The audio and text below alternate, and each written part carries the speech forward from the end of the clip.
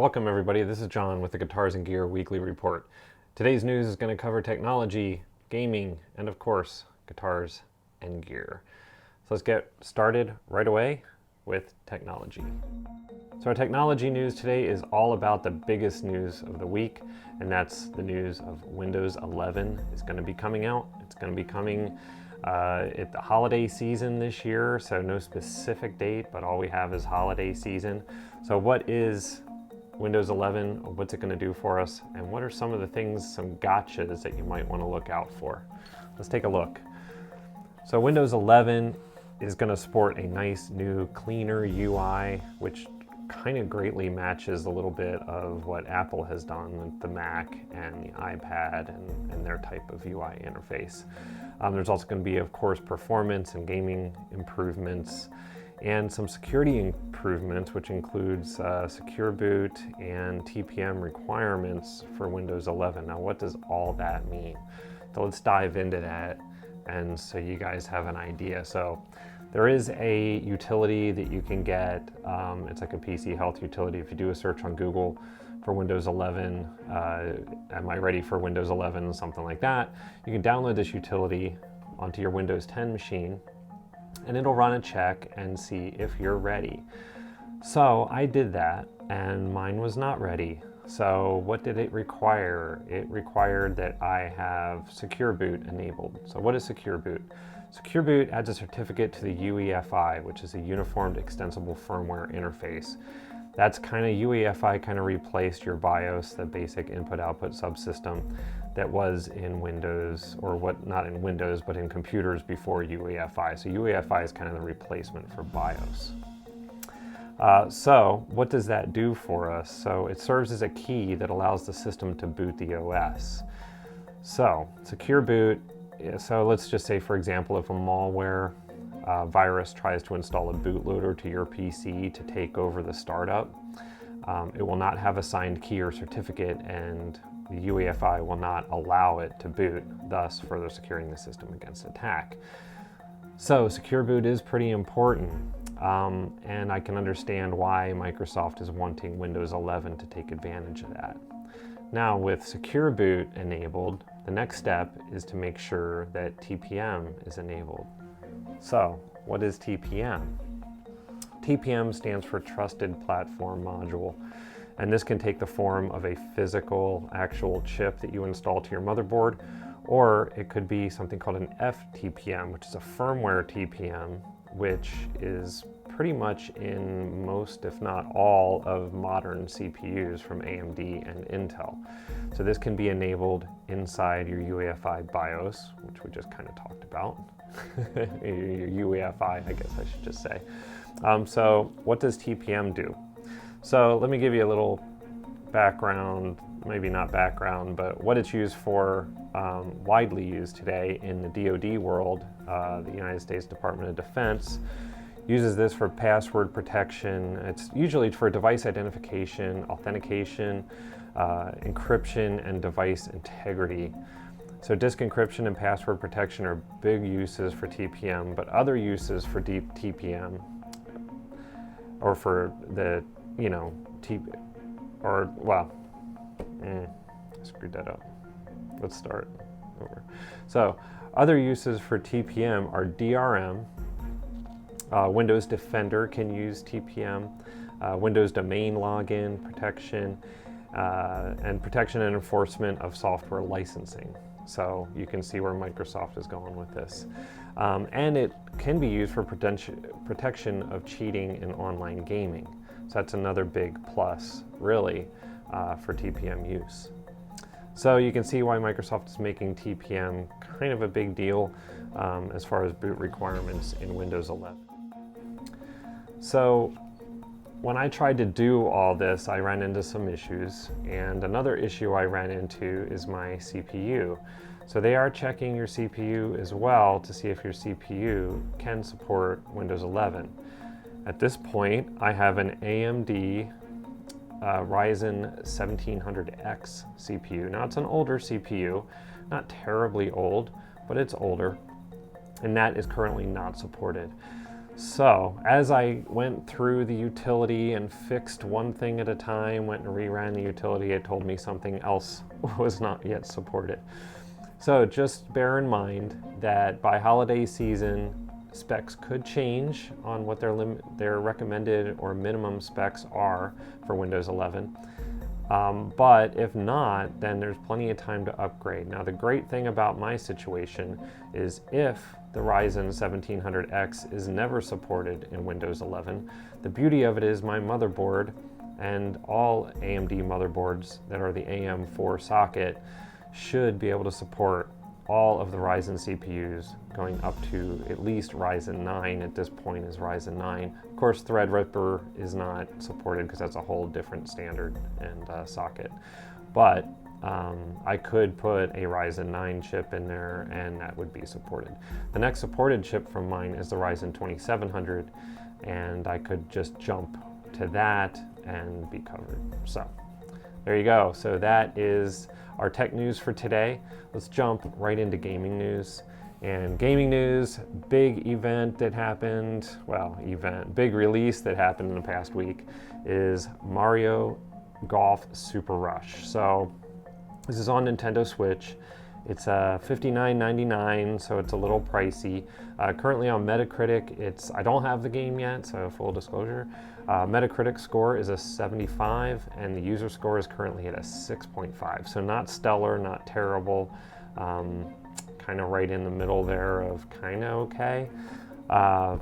Most find the game fun, but lacking in content and feels a bit rushed or super rushed. See what I did there? Anyway, so Mario Golf Super Rush is available now for the Nintendo Switch, so I would suggest you guys go out there and look at some reviews. Like I said, I don't have the game, not sure I'm actually going to get it, but you know, the main thing is there's not enough courses, but of course with Nintendo comes usual content that they're going to add to it, so I would expect more courses, characters, maybe even game modes to make an appearance. So keep your eye out on that. Maybe it's a little early to jump to it right now, so I might want to wait and see if it matures a little bit before you go plopping your $60 down on a Switch game. That's a little pricey for an arcadey golf game. All right, next up is the Madden 22 reveal trailer. Now, I am not a huge fan of Madden. I think they've gotten real lazy with the franchise in like the last decade, and they need to seriously refresh it. They need some competition, which they're not going to get until at least 2026 is when their extended contract is supposed to expire with the NFL. But 2K is releasing a football game. I believe it's going to be next year, not in 2022, not in 2021. And that is expected they only have like an arcade license, so no simulation football.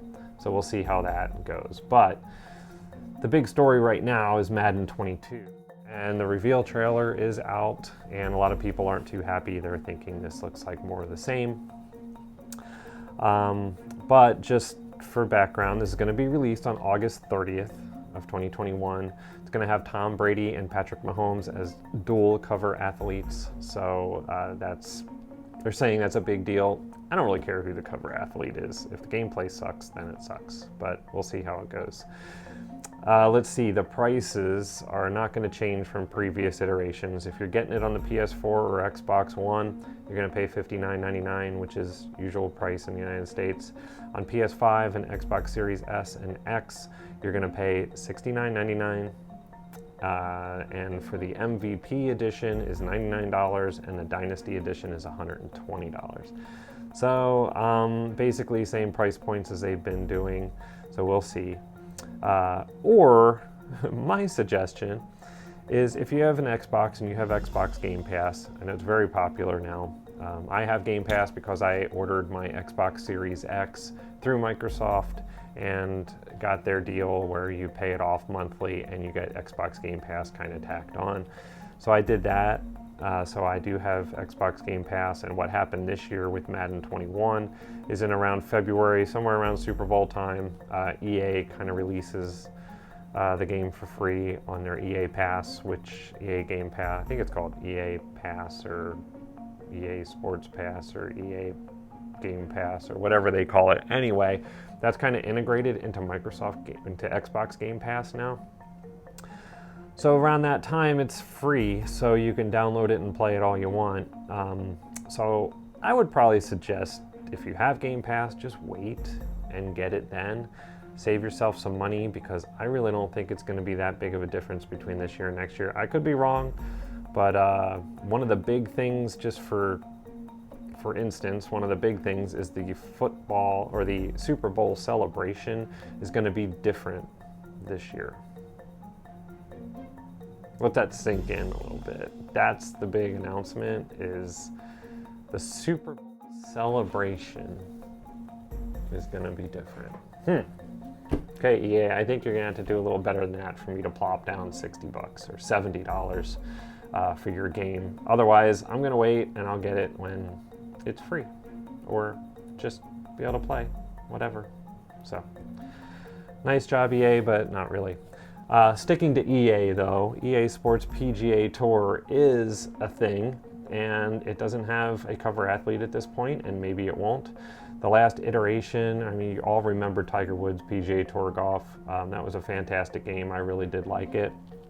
And then after that, we had the Rory McIlroy, which was a couple years back, and it didn't gel with me at all. I didn't like it very much at all. And they only had one iteration of that, and now they're back, or they're coming back. So next gen golf game, it's going to release in the spring of 2022 is what we're gathering, possibly lining up with the Masters tournament.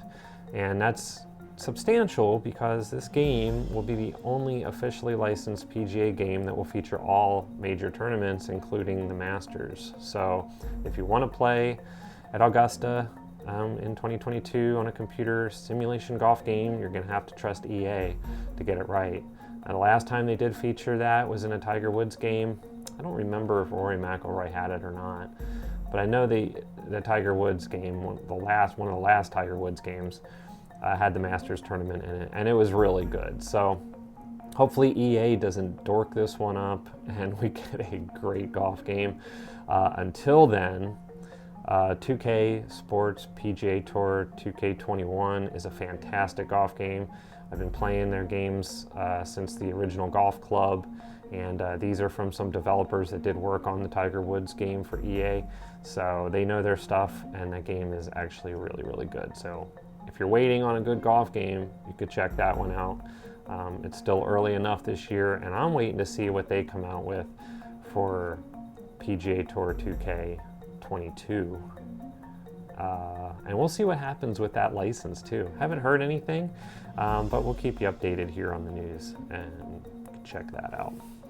Okay, last up, PlayStation Plus games for July.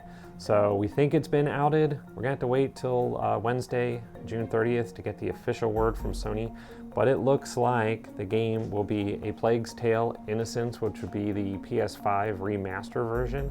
And I did play portions of the game on the PS4, and yeah, I'm pretty stoked with it. It was a pretty decent game. Of course, I didn't play the whole thing, so I can't give you a full review or my thoughts, really. I don't want to, because I didn't play the whole thing. But I believe it's on Game Pass also, so if you do have Game Pass, you can check that out now. But that should be coming out, and the PS5 remaster I'm really looking forward to. World Rally Championship 9, maybe another game coming. Hasn't, like I said, none of these have been officially confirmed by Sony, so take it with a grain of salt. And the last one is Uncharted Lost Legacy. I'm a huge, I say that enough? Huge Uncharted fan. I played all the Uncharted games. I played through Lost Legacy. Lost Legacy is a really good one too. Of course, it doesn't have Nathan Drake, but it is a good game, and I do recommend it. If you like those mechanics, you like the type of game that Uncharted is, you should enjoy it. It's a good game. All right, so that basically covers our gaming news. Let's switch gears now and go into guitar and gear news. And for this, I'm gonna need to bring up more notes because I don't wanna screw any of this up. But first up in guitar and gear news is the Boss Cube Street 2. Now, before it used to be the Roland Cube Street. So Boss, of course, Boss is owned by Roland, and so now it's called the Boss Cube Street 2. And let me bring up my notes on this, so like I said, so I don't screw anything up on this. Let's go with the features first, so that would probably be what you guys want to see, if I can get those. Okay, here we go. So it's newly rebranded, as I said, with the Boss name, but it's a battery-driven powerhouse. It's less than 10 pounds, this thing. Provides rich stereo sound for busking. Is that a new thing? Is busking a thing? I don't know. So busking and other mobile gigs. Dual channels allow you to plug in mics and instruments and sound great immediately. Of course, as I'm reading this, I haven't actually tried one at all. With no extra gear to carry around. A vocal harmony function, looper, and effects are also on board, so that's pretty cool. And with the optional Bluetooth audio MIDI dual adapter. Say that again. The optional Bluetooth audio MIDI dual adapter. So it's the BT-dual if you're looking for a name, and we'll have everything up here probably. You can wirelessly stream backing tracks and control Cube Street 2 functions from your phone or tablet. That's awesome. So they do have an app. You can download an editor for iOS and for Android. So that's pretty cool. They do have a movie and stuff you can see there too. So let's see. So it's ABS injection molded cabinet for increased durability and reduced weight. So it weighs 9 pounds and 12 ounces total. That is pretty cool. So it has enhanced power output of 10 watts total, so it's 5 watts times 2 speakers. High quality stereo sound with 2 performance 6.5-inch speakers. Angled face for optimal monitoring and sound projection. Mic instrument channel with harmony, 3-band EQ, and reverb, which is awesome. Then there's a guitar and mic channel with 9 amp types, 3-band EQ, chorus, delay, reverb, and a tuner. Looper with up to 45 seconds of stereo recording time. That's pretty cool, especially if you're going to take this thing out to the street, you're going to set it down, you're going to do some street performing or something, or just kind of hang out on your street corner and play some guitar and sing and have a looper going so you can get some rhythm going. Yeah, it's pretty cool. That's a good idea. Automatic harmony function with 3 modes, unison, high, and higher. Okay. We talked about the optional Bluetooth where you can get a mobile device and amp editing functions on there. Record and live stream your audio performance to a computer or mobile device via USB or the iCube Link. I'm not sure what iCube Link is. Practice and jam with the Cube Jam app for iOS. And it runs on 8 alkaline batteries or the included AC adapter. So you can just plug batteries into this thing and take it with you. Now I don't know how long this thing is going to last on 8 alkaline batteries, but I guess we'll find out once this thing hits the streets. It hasn't hit the streets yet. It's available in black or red, and I kind of think the red one looks pretty sweet. So I'll have a picture of both here. So let's see, what else do we want to say about this thing? I think that's about it. So look for that coming out. I think what is the price on this is, let me see, do I have a price? I don't think I have a price. I think the price was somewhere around $350 US. So look for Boss Cube Street 2 wherever you buy your stuff. So should be out everywhere. Okay, next up is the PRS HX guitar amps. So this is pretty cool. So HX stands for Jimi Hendrix, and the HX line by PRS is supposed to capture the touring sound of Jimi Hendrix. So, yeah. So here's kind of a synopsis on it. The PRS, so I'm looking at the HX50 here. There's a 50 watt and a 100 watt version of this amp that's coming out. The HX50 captures the flexibility and balance of late 60s British inspired tone in a powerful 50 watt amplifier, a continuation of PRS's popular HXDA amps. The HX amp features a refined control layout and a newly documented authentic Hendrix touring circuit. So there's a lot of detail that you can read about as to how they went about trying to capture that sound of Jimi Hendrix. They actually went to his estate basically and looked at the amp, and because it was a Marshall Super Lead that he had played through during that whole, I guess, that touring time, and evaluated everything and tried to recreate the circuit or those circuits that he used. So anyway, yeah, so the circuit is heavily inspired by one of Hendrix's personal amps, purportedly used at Woodstock, which Paul Reed Smith and PRS amp designer Doug Sewell were able to study in 2018. So this has been a while coming, apparently. Designed to push the high end, so it's very clear, but not so much that it's harsh. The PRS HX shines without glaring and allows for can be backed up for smooth, sweet tones. So there you go. It's powered by a pair of EL34EH power tubes. And let's see, does it say what it is for tubes in the front? No, I don't think so. But let's see, what does it have? It has a 3-band tone stack, 3-way bright switch, a high, mid, gain switch, and presence controls. On the back, you can plug into, I believe it's 2 4-ohm, 2 8-ohm cabinets, or 1 16-ohm cabinet, and there's some biasing controls on the back too if you need to bias your tubes. And let's see, I think price-wise, oh, here we go. Preamp tubes are 3 times JJ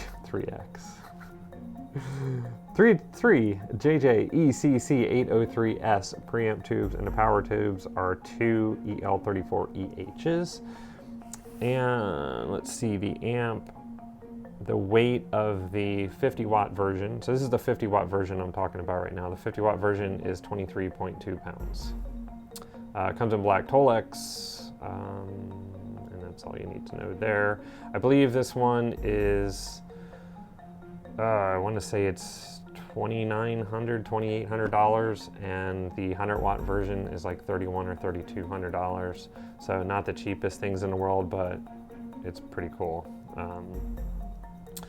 Let's see, the 100-watt version. Let me see if I can bring that up real quick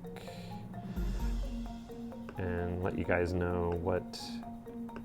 I believe the tubes are probably the same, just more of, let's see, yeah, there's 4 EL34EH and 3 ECC803S preamp tubes in this one, and this only weighs 25 pounds. So they don't weigh a whole ton, so that's pretty nice. And again, all the controls are basically all the same. Same ohm switching and all that good stuff. Also, they do have speakers that they are selling along with this line of amps, and you can get an HX 2x12 cabinet and an HX 4x12 cabinet. And let me give you guys the specs on these speakers here. Their speakers are 4 16-ohm Celestion G12 H75 creambacks. They're wired in series and parallel. They're wired series parallel, series/parallel. Not sure exactly what that means. 16 ohm impedance, and they can handle up to 300 watts. So you got plenty of headroom. And the 4x12 cabinet weighs 88.8 pounds. So really not the lightest thing in the world. And the 2x12 cabinet, which they also are selling, has the same creamback G12H75 creambacks in it. It is only at 8 ohms impedance. It can handle 150 watts, and it is 53.6 pounds. So there you go. That is the new HX amp series from PRS. 50, 100 watt, 4x12, 2x12, and you can pick yours up. Last I want to talk about is the Ibanez Iron Label series guitars. So, I mean, I have an Ibanez guitar, and I absolutely love it. It is a fantastic instrument. So let me bring up these guitars here real quick, because they are really pretty darn cool. And of course you'll see those here or here. So the Ibanez revised the Iron Label series with all new guitars and basses. So the new supercharged Metal friendly edition includes 7-string guitars, 6-string guitars, and 5-string basses. So it's pretty cool. There's the Iceman and the X series models, so if you're familiar with them, we'll show those anyway. Let's see. I want to just bring up the actual ones. The Ibanez ICTB 721 BKF is the Iceman model. It's a 7-string offering that features an Akum body, as well as a Wizard 2 7-profile 5-piece maple walnut neck with neck-through design. Very cool. It's got a 24-fret ebony fretboard, and let's see, it's through a set of DiMarzio D activator pickups. Should give you some awesome sound out of those. Controlled via a 3-way selector switch with volume and tone controls. Very cool stuff. It's got luminescent side dot inlays, Gato MGT locking machine heads, and monorail bridge. Gives a thumbs up. Let's see. The next one up, two next ones up, are the Ibanez XPT B620 BKF and the XPT B720 BKF. That's a 6-string, 7-string variant of the exact same guitar. This is one of the X style axes that they have. Very cool design. Arriving in the form of 6 and 7 string, as I said, features again an Akum body, neck through 5-piece maple walnut neck, and ebony fretboard, Gato machine heads, locking nut. They're equipped with a DiMarzio, again, the D activator pickups, and controlled with a 3-way switch and a set of volume and tone controls again. Additional appointments include an Edge 02 trem bridge, which are awesome bridges, by the way. Features a lower profile design for increased playing comfort and stud lock function for stable tuning. Yeah, I'm going to tell you what, those Edge 02 trem systems are rock solid, very cool. Have one on my Ibanez and they're awesome, really great. The next up is the two basses, the BTB 625 EX BKF and the SRM S625 EX BKF. Oh, BTB and SRM. Okay. I was trying to say, what the heck is the difference?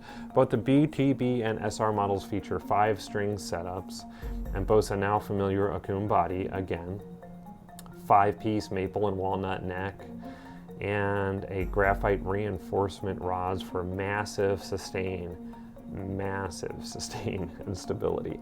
Each model also features an, I don't even know what that is, an ebonol fretboard, a material, oh, they're going to tell us, a material composed of layers of black paper and phenolic resin. Sounds interesting. And a set of Bartoli BH2 pickups. Very cool. All right. In terms of tweaking the tone, the BTB model features a custom 3-band EQ and a 3-way frequency switch that allows players to change the mid-tone frequency range as well as volume and balancer controls. The SX also features a 3-way EQ and 3-band frequency switch and adds an EQ bypass switch into the mix. Woo, lots of stuff. Elsewhere, the SR features an equalized let me try this all again. Elsewhere, the SR features an equalized multi-scale construction, which aims to create a more open tone and comfortable playing experience. We got through it, see? So let's see, what are these? Let's go, there's nothing as far as release date or prices on these yet, so stay tuned for that, and yeah, we'll be able to figure that out eventually here. So there we go. So that basically covers the news for the day, so thank you very much for checking it out, and hopefully you have a great rest of your week, and we will check you guys out next week for another weekly report. Thank you. This is John, signing off.